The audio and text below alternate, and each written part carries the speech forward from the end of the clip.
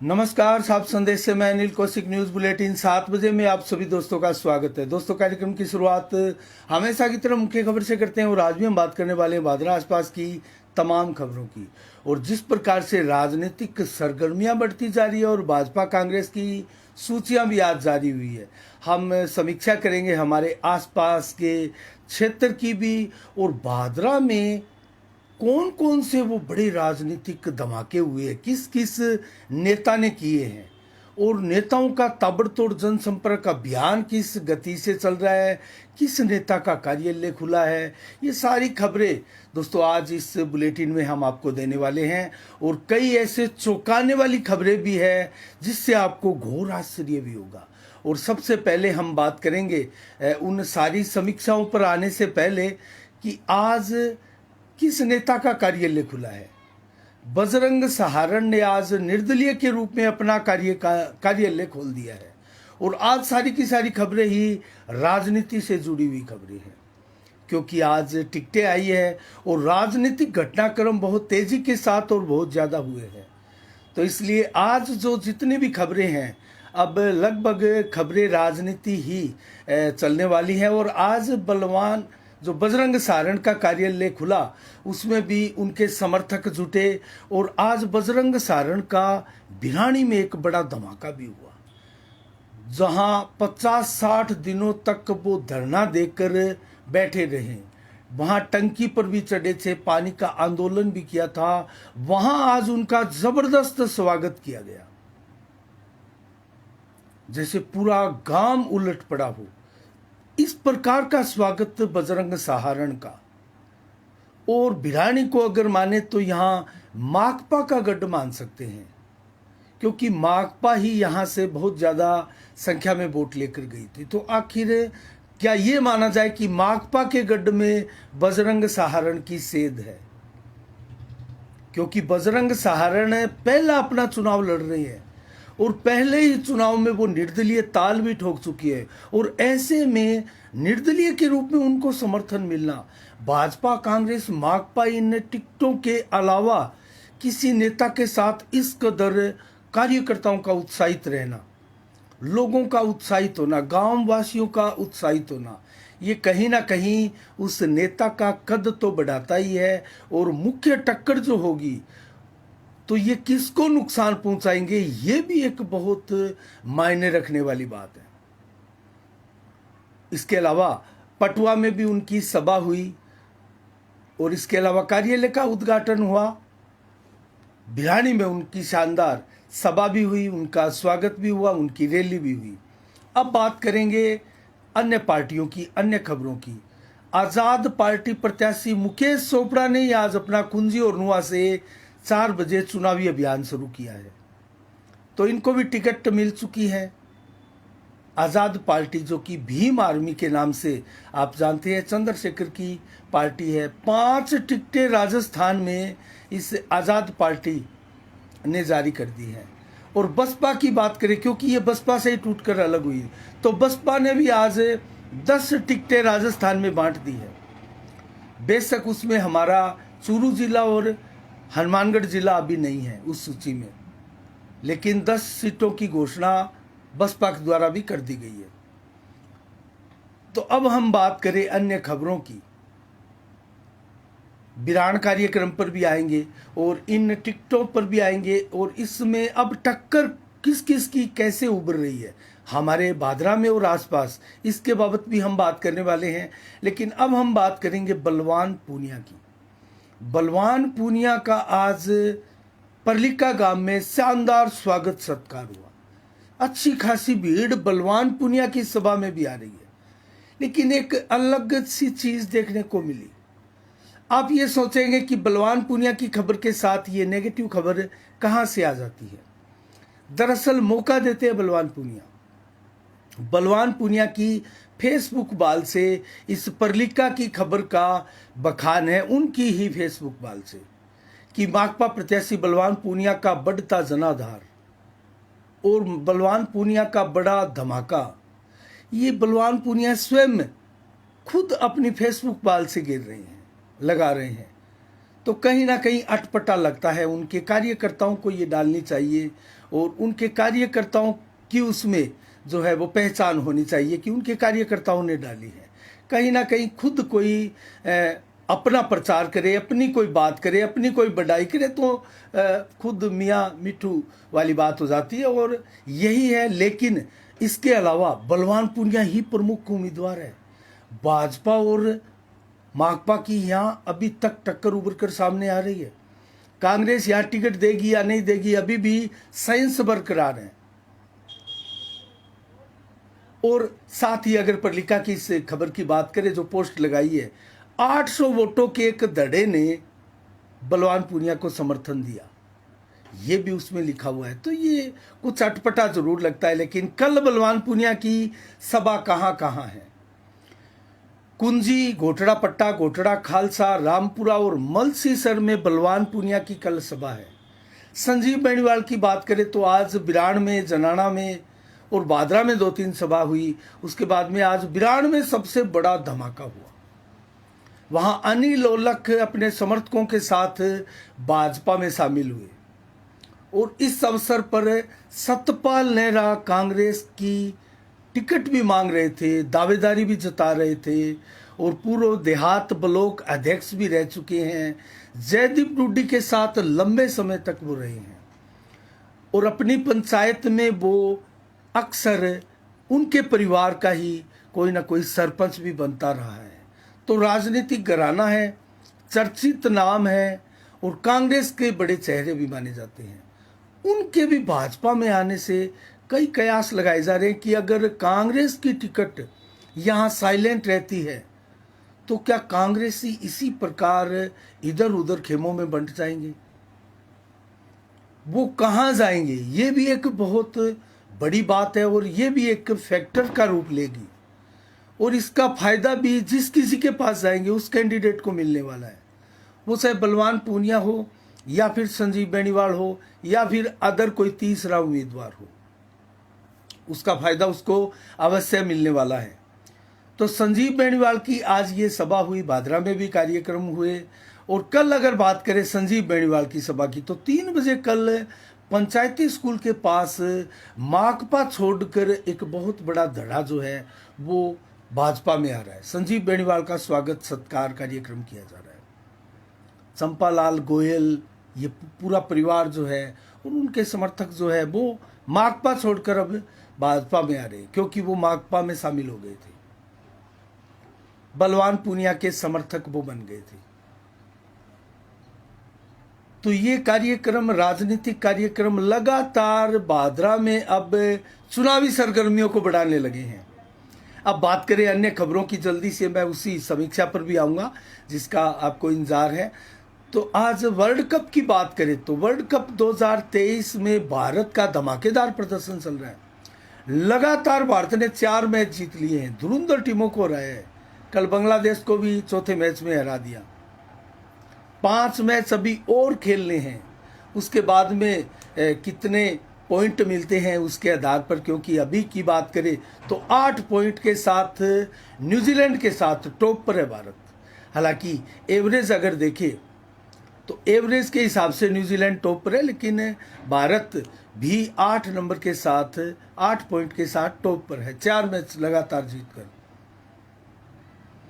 अब तक की अगर वर्ल्ड कप की बात करें तो कुल 17 मैच हुए हैं और कुल रन बने हैं 8,200 रन बने हैं, 8200 रन बने हैं अब तक इस वर्ल्ड कप में और कुल 245 विकेट गिरे हैं, विभिन्न अलग अलग गेंदबाजों ने लिए हैं और सर्वाधिक विकेट लेने वाले स्टेनर हैं जो कि 11 विकेट ले चुके हैं और सर्वाधिक रन बनाने वाले बल्लेबाज रोहित शर्मा है, 265 रन सर्वाधिक बना चुके हैं और अब तक कुल 13 शतक लगे हैं इस वर्ल्ड कप में और 45 अर्धशतक लगे हैं। तो ये है वर्ल्ड कप की अपडेट। अब मैं आपको बताऊं तो बसपा ने बताया 10 नामों की सूची जारी कर दी है और भाजपा कांग्रेस ने भी सूचियां जारी कर दी है। अब उसी विषय पर आते हैं, उसके बाद में बताएंगे कहाँ किसकी टक्कर है। कांग्रेस ने 33 नामों की सूचियां जारी की है और आसपास हम राजगढ़ में हम बता रहे थे कृष्णा पूनिया लगभग तय है उनको मिलनी टिकट। और बात करें अगर नौर की तो अमित चचान की जो टिकट है वो उसके ऊपर मोहर लग चुकी है। हमने कल भी बताया था, परसों भी बताया था। तो उनका सिंगल नाम है पिछले काफ़ी दिनों से, तो वो भी नाम लगभग फाइनल हमने बताया था और उसी पर मुहर भी लगी है। तो कुल मिला के हमने बताया था आपको, 4 दिन से बता रहे हैं कि 4 दिनों में टिकट सूची जारी होने वाली है। परसों भी बताया था, कल भी बताया था 2 दिन में सूची जारी होने वाली है। और आज भी हम यही बताते कि कल हर हाल में सूची जारी होगी। और आज के लिए भी बोला था कि कल भी पूरी संभावना है सूची जारी होने की, और आज सूची जारी भी हुई।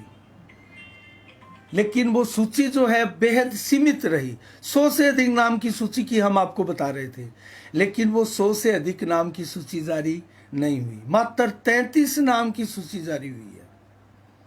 100 से अधिक नाम की सूची जारी होनी थी, 106 के करीब नाम थे। वो क्यों उनको काट दिया गया, उनको रोक दिया गया? ये राहुल गांधी के चलते हुआ है। जो राहुल गांधी ने सूची पर ऐतराज जताया था, एक प्रकार से सूची को पढ़ते ही छोड़ दिया था, सिंगल नाम लेकर क्यों आयो, सबको डांट पिलाई थी। उसके बाद में बड़े पैमाने पर युवाओं को तवज्जो दी जा रही है। और ये नाम वो 33 नाम थे जिसके ऊपर किसी को कोई ऐतराज नहीं था और ये फाइनल हो चुके थे। तो अमित चचान भी युवा चेहरा ही है। तो इन 33 नामों पर मोहर लग चुकी थी, तो इनको जारी कर दिया गया। और बाकी शेष जो है वो 1-2 दिन में वो सूची भी अब आने वाली है।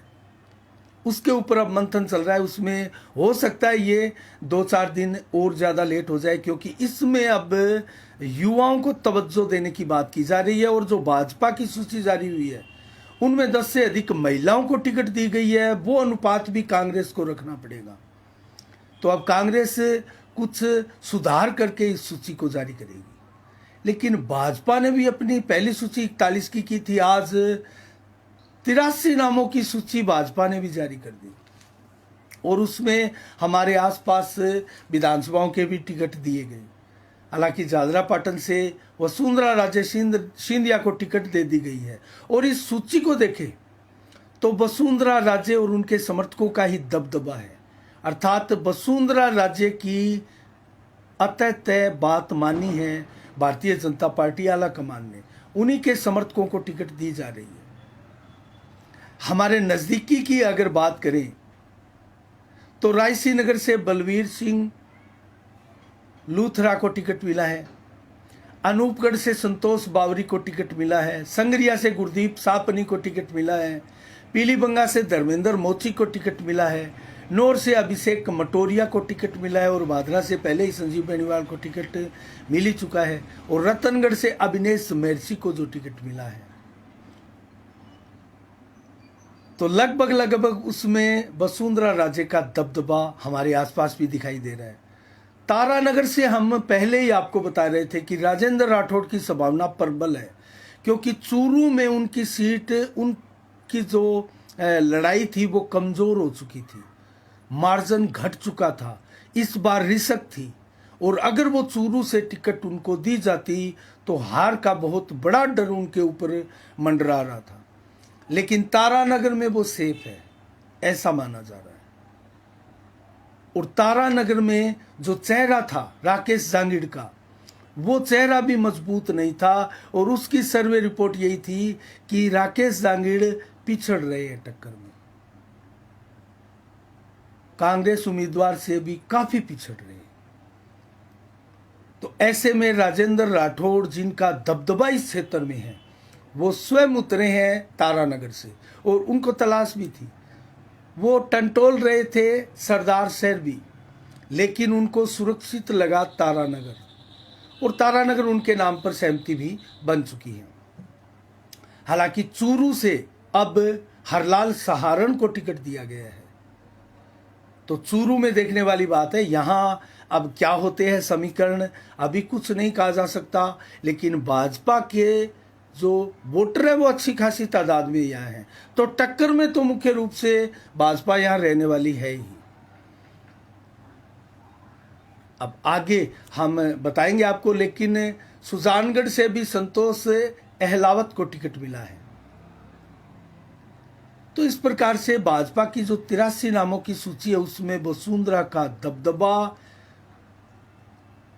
दिखाई दे रहा है साफ साफ।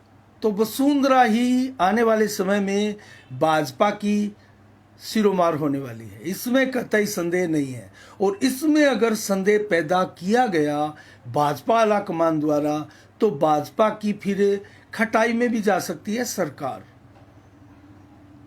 विवाद भी हो सकता है, बवाल भी हो सकता है और बहुत भारी माथापची करने की नौबत भाजपा में आ जाएगी अगर वसुंधरा को फिर से दरकिनार करने का प्रयास किया गया तो। लेकिन टिकट सूचियों में अब तक की अगर माने लगभग 124 नाम तय हो चुकी है और अब बहुत ज्यादा नाम शेष नहीं है, 76 नाम बाकी है। तो अब तक वसुंधरा संतुष्ट बताई जा रही है, तो ये भाजपा के लिए बहुत अच्छा है। अब कांग्रेस की बात करें, कांग्रेस में सूची लेट होना और अब 33 नाम की सूची आना, कहीं ना कहीं कांग्रेस बैकफुट पर जा रही है। और ये लड़ाई जो कांग्रेस की है वो उस लड़ाई में भाजपा से कांग्रेस पिछड़ती जा रही है, जैसा सर्वे में विभिन्न एजेंसियों ने बताया है। तो यहाँ कांग्रेस को अब मेहनत करनी होगी और एकजुटता दिखानी होगी। और एक फार्मूला जरूर कांग्रेस ने अपनाया है, उसका जिक्र मैं करना चाहूंगा। सूची तो जारी की है 33 की ही, आपको याद होगा कल अशोक गहलोत ने 5 नाम घोषित कर दिए और 5 का नाम लेकर उन्होंने कहा कि आपको टिकट मिल जाएगी, आपको मिल चुकी, समझो आप चुनावी तैयारी करो। तो उनको एक तरफ से इशारा था और टिकट उनकी लगभग फाइनल भी मानी जा रही है। और कुछ लोगों को, प्रत्याशियों को जिनके नाम पर मुहर लग चुकी है, उनको फोन करके कांग्रेस आला कमान जो है वो बता रहा है कि आपको टिकट मिल चुकी है, आप तैयारी करो। ऐसा किस लिए?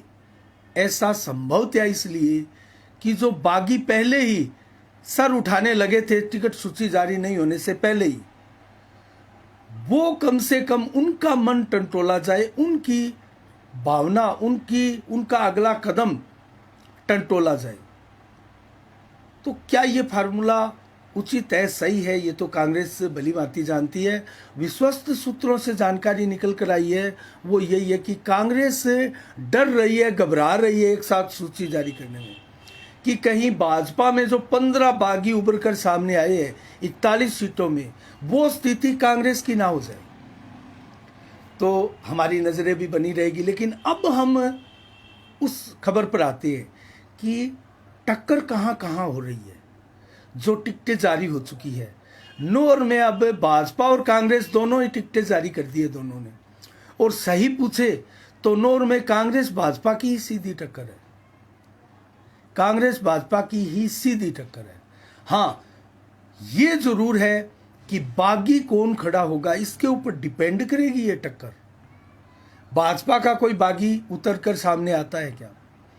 काशीराम गोदारा क्या करते हैं, रामकृष्ण भाकर क्या करते हैं, उनका अगला कदम क्या रहता है? क्या मटोरिया के साथ वो आ जाएंगे या वो अपनी डफली, अपनी राग आलापेंगे, या कोई जजपा जैसी पार्टी इन बागियों को, जो बागी की मंशा रखते हैं या फिर उनमें संभावनाएं उनको दिखाई देगी, तो उनको वो कैप्चर कर लेगी और अपना दावेदार बना देगी।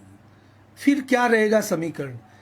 क्या वो भाजपा को इतना खराब करेंगे कि यहाँ कांटे की टक्कर दिखाई देने वाली टक्कर में कांग्रेस आगे निकल जाएगी, कांग्रेस को बढ़त मिल जाएगी? इसके ऊपर हमारी बारीकी से नजर रहेगी। और फिलहाल देखें तो कांटे की टक्कर, अगर कोई बागी नहीं खड़ा हो किसी का भी, तो कांटे की टक्कर है यहाँ भाजपा और कांग्रेस के बीच में। नौर की बात कर रहा हूं मैं। अब बात करें सादुलपुर की, क्योंकि सादुलपुर में कांग्रेस ने टिकट दे दी है कृष्णा पूनिया को, जैसी उम्मीद थी, पहले भी उम्मीद थी। यहां बसपा और कांग्रेस की ही मुख्य टक्कर उभर कर आ रही है और भाजपा यहां दुविधा में फंसी है। नंदलाल पूनिया को पार्टी ज्वाइन कराए, वो करेंगे या नहीं करेंगे, वो क्या करेंगे, उनका डिसीजन क्या रहेगा? पहले पार्टी ज्वाइन करने के बाद में ही कोई भाजपा का आधिकारिक स्टेटमेंट आ सकता है किसी नेता का? पहले तो आने का सवाल ही नहीं है। कांग्रेस से फिलहाल कहीं ज़्यादा अनुशासित पार्टी है भाजपा। तो ऐसे में हमारी नज़रें भी बनी रहेगी नंदलाल पूनिया का क्या होता है, क्या वो आते हैं पार्टी में। लेकिन यहाँ अगर देखा जाए तो अगर कसवा परिवार में ही कोई टिकट ये दी जाए तो कसवा परिवार की स्थिति यहाँ नंबर 3 की बनती है। यहाँ मुख्य टक्कर बसपा बनाम कांग्रेस की ही रहने वाली है। लेकिन कोई अगर नंदलाल पूनिया को ये कमान संभाल दी जाती है, दे दी जाती है, तो यहाँ कुछ भी हो सकता है। उसके बाद में यहाँ की जनता का मन टंटोलने की आवश्यकता है और जनता में जो उसको लेकर प्रतिक्रिया आएगी, उस प्रतिक्रिया का निचोड़ क्या होगा, उसका सार क्या होगा, गांव में माहौल क्या है, उसके बाद में ही हम कुछ आपको बता पाएंगे। लेकिन वर्तमान में जो निचोड़ जो राजगढ़ का, सादुलपुर का है, वो यही है कि माकपा और कांग्रेस की टक्कर है। लेकिन यहां भी बादरा की तरह निर्भर करेगा भाजपा की टिकट पर, जैसा बादरा में निर्भर करेगा कांग्रेस की टिकट पर। स्थिति में जमीन आसमान का फर्क है। राजगढ़ में डिपेंड करेगी टक्कर मुख्य भाजपा की टिकट पर और बादरा में डिपेंड करेगी कांग्रेस की टिकट पर। क्योंकि कांग्रेस की टिकट आएगी या नहीं आएगी, आएगी तो किसको आएगी और नहीं आएगी तो वो लोग क्या करेंगे जो 30 से अधिक टिकट मांग रहे थे, उनका रुख क्या रहेगा। क्या कोई गठजोड़ बनता है, कोई सामूहिक प्रत्याशी उतारने का फैसला होता है, या किसी दूसरे के पाले में वो जाएंगे, उसके मंच पर जाएंगे, किसको समर्थन देंगे। क्योंकि कांग्रेस का वोट बैंक भादरा में छोटा नहीं है और कांग्रेस के वोट बैंक से ही माकपा मोटी हुई है, माकपा बड़ी हुई है। और माकपा को बलवान पूनिया को डर भी यही सता रहा है कि कांग्रेस किस करवट भादरा में आकर बैठने वाली है। और कांग्रेस ने भादरा में अगर आकर बैठ गई, करवट ले ली, तो माकपा के लिए ये खतरे की घंटी है। और अगर कांग्रेस यहाँ साइलेंट रहती है तो इसका सीधा लाभ माकपा को, बलवान पूनिया को मिलने वाला है और वो टिकट दौड़ में और वो प्रमुख टक्कर में और ज्यादा ऊपर की ओर जाने वाले हैं। तो इन सारी चीजों पर हमारी नजरें रहेगी। लेकिन नेता टंटोल रहे हैं जिनको टिकटें नहीं मिली, कार्यकर्ताओं के मन को। नेता और कार्यकर्ता टंटोल रहे हैं जिन अपने नेताओं को टिकट नहीं मिली, उनके मन को कि नेताजी क्या करने वाले हैं, नेताजी कब मीटिंग करेंगे, कब हमें दिशा निर्देश देंगे, हम कहाँ लगे, हमें क्या निर्देश देंगे। क्योंकि कट्टर समर्थक जो होते हैं वो फिर नेता की तरफ देखने लगते हैं जब अपने नेता को टिकट नहीं मिलती है तो, और नेता कार्यकर्ताओं की तरफ देखने लगते हैं। उनमें अब जोश कैसा है, वो अब मुझे क्या आदेश देंगे, वो किस प्रकार कब सभा की बोल रहे हैं। और छोटी पार्टियां जो भाजपा कांग्रेस के अलावा है, उनकी नजरें रहेगी उन बागियों पर, उन बागियों की मनोदशा वाले नेताओं पर जो बागी बनने की संभावनाएं रखते हैं। छोटी पार्टियों की नजरें उन पर रहेगी। इसलिए छोटी पार्टियां 5-10 टिकटें ही जारी कर रही है। वो ऐसे बागियों को लपकेगी और फिर मुख्य दौड़ में झटके के साथ आएगी कुछ क्षेत्रों में ही। लेकिन अगर सर्वे की आप रिपोर्टें देखेंगे, विभिन्न एजेंसियों के सर्वे है, वो अन्य को बहुत ज्यादा सीटें यहां नहीं दे रहे हैं। तो क्या ऐसी स्थिति में इन पार्टियों की संभावनाएं बनती हैं, उसके ऊपर नजरें बनी रहेगी। उसके बारे में भी हम विस्तार से आगे समीक्षा आपके सामने लेकर आने वाले हैं जब टिकटें सारी बंट जाएगी तो। और सारी टिकटें आ जाएगी तो हम चूरू और हनुमानगढ़ जिलों की जो विधानसभाएं हैं उनके ऊपर तो पूरी समीक्षा आपको, विस्तार से कवरेज आपको जरूर देंगे। लेकिन छोटी पार्टियां इन बागियों के मनों को टंटोलेगी, मीडिया जनता की नब्ज को टंटोलेगी, कोई ना कोई किसी ना किसी को टंटोलता हुआ ही मिलेगा अब आपको चुनाव में। तो आज के लिए इतना ही और आज 21 अक्टूबर को क्या विशेष दिवस है? आज के दिन 2012 को यश चोपड़ा निर्माता निर्देशक का निधन हुआ था। उनकी पुण्यतिथि फिल्मी दुनिया के लोग जो है वो धूमधाम से मना रहे हैं। 1931 को आज के दिन शम्मी कपूर का फिल्मी अभिनेता का जन्म हुआ था। उनका जन्म भी फिल्मी दुनिया में धूमधाम से मनाया जा रहा है। 1944 को आज के दिन कुलभूषण खरबंदा का भी जन्म आज के दिन हुआ था। उनका जन्म भी धूमधाम से मनाया जा रहा है। और 1887 को कृष्ण सिंह जो कि प्रथम सीएम थे बिहार के, उनका भी जन्म आज के दिन है और धूमधाम से उनके समर्थक मना रहे हैं, उनसे संबंधित और उनको चाहने वाले। और 1925 को आज के दिन सुरजीत बरनाला जो कि पंजाब के सीएम रह चुके हैं, उनका भी जन्मदिन आज के दिन है। और नौर में आज मंडियों के भाव बताऊं तो चना के भाव 6100 रुपये, ग्वार के भाव 5666 रुपये प्रति कुंटल, और सरसों के भाव 5500 रुपये, अरंडी के भाव 5794 रुपये, मोट के भाव 6875, मूंग के भाव 8421 रुपये प्रति कुंटल, मूंग के भाव जौ के भाव 1940 रुपये, जबकि गेहूं के भाव आज 2625 रुपये प्रति कुंटल रहे। और बाजरा बिका है 1950 रुपये, और नरमा बिका है 6700, कपास बिका है 7305 रुपये प्रति कुंटल। सिरसा मंडी में नरमा बिका है आज 7215, कपास बिका है 7851 रुपये। और मौसम का मिजाज आज बताएं तो 26 से 29 डिग्री टेम्परेचर, 7 से 11 किलोमीटर की रफ्तार से हवाएं आज चल रही थी। 100% बादल भी छाए रहे थे और कुछ परिवर्तनशील मेघ भी आपको दिखाई दिए होंगे। कल 22 अक्टूबर को मौसम कैसा रहेगा? हल्की बरसात की भी मौसम विभाग की चेतावनी है। तो 22 से 29 डिग्री दिन में, 30 से 32 डिग्री दोपहर को, और 27 से 30 डिग्री देर शाम को, जबकि 0.1 mm बरसात की दिन में कल चेतावनी मौसम विभाग की दी हुई है। और लगभग 50 से 100% बादल आसमान में छाए रहेंगे। रात्रि को भी 60 से 70% बादल छाए रहेंगे। आज के लिए इतना ही। कल ठीक शाम 7 बजे फिर आपसे रूबरू होंगे नई खबरों के साथ, नई समीक्षा के साथ। तब तक के लिए आप अपना बहुत बहुत ख्याल रखिएगा। मुझे दीजिएगा इजाज़त। साफ संदेश से मैं अनिल कौशिक, नमस्कार। जय भारत, जय जय राजस्थान।